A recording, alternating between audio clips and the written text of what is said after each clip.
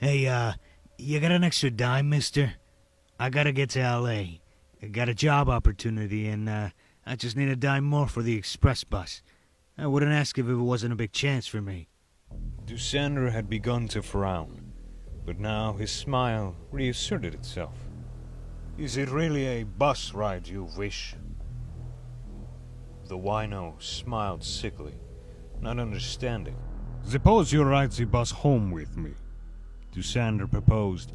I can offer you a drink, a meal, a bath, and a bed. All I ask in return is a little conversation. I am an old man. I live alone. Company is sometimes very welcome. The drunk's smile abruptly grew more healthy as the situation clarified itself.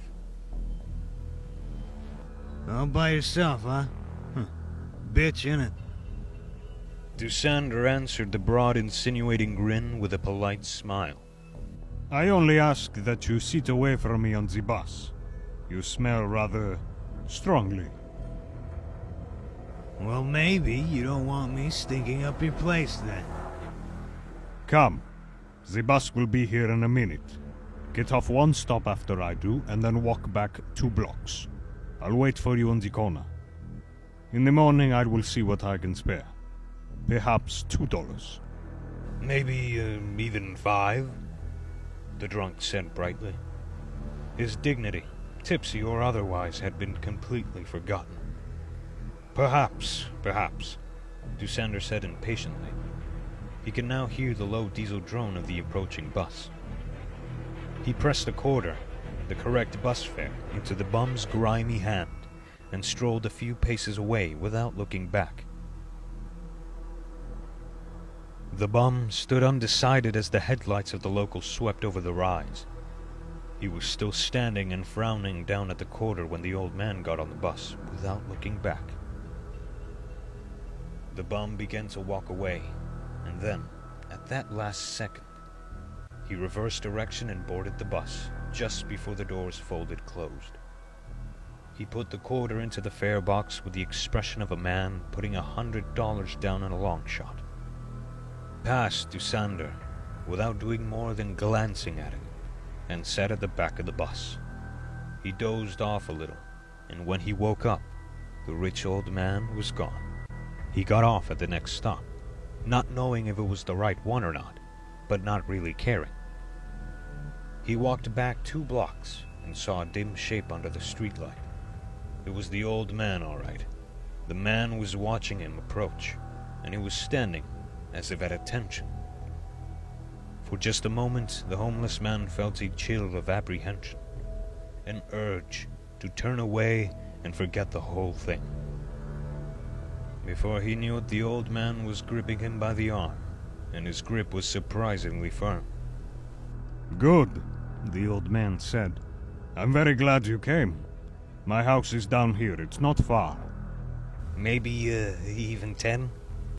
The bum said, allowing himself to be led. Maybe even 10, the old man agreed and then laughed.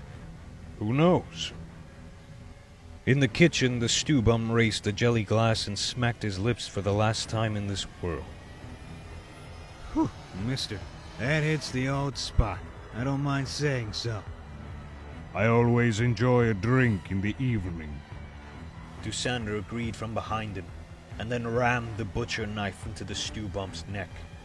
There was the sound of ripping gristle, a sound like a drumstick being torn enthusiastically from a freshly roasted chicken.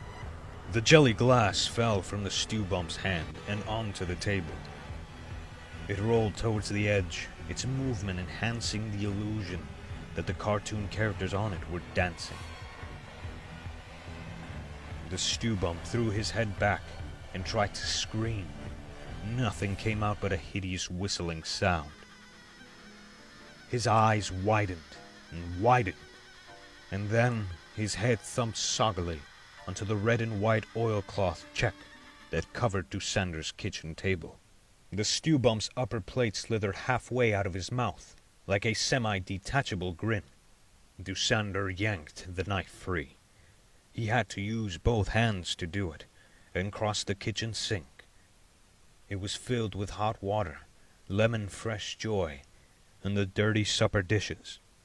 The knife disappeared into a pillow of citrus-smelling suds, like a very small fighter plane diving into the clouds. During that year, Dusander had put an end to 3 winos in his kitchen. He had been approached at the downtown bus stop some 20 times, and had made the same drink, dinner, bath, and bed offer 7 times. He had been turned down twice, and on 2 other occasions, the winos had simply walked off with the quarters Dusander gave them for the fare box. After some thought, he had worked out a way around this. He simply bought a bus pass. They were $2.50, good for 15 rides and non-negotiable at the local liquor stores. On very warm days just lately, Dusander had noticed an unpleasant smell drifting up from his cellar.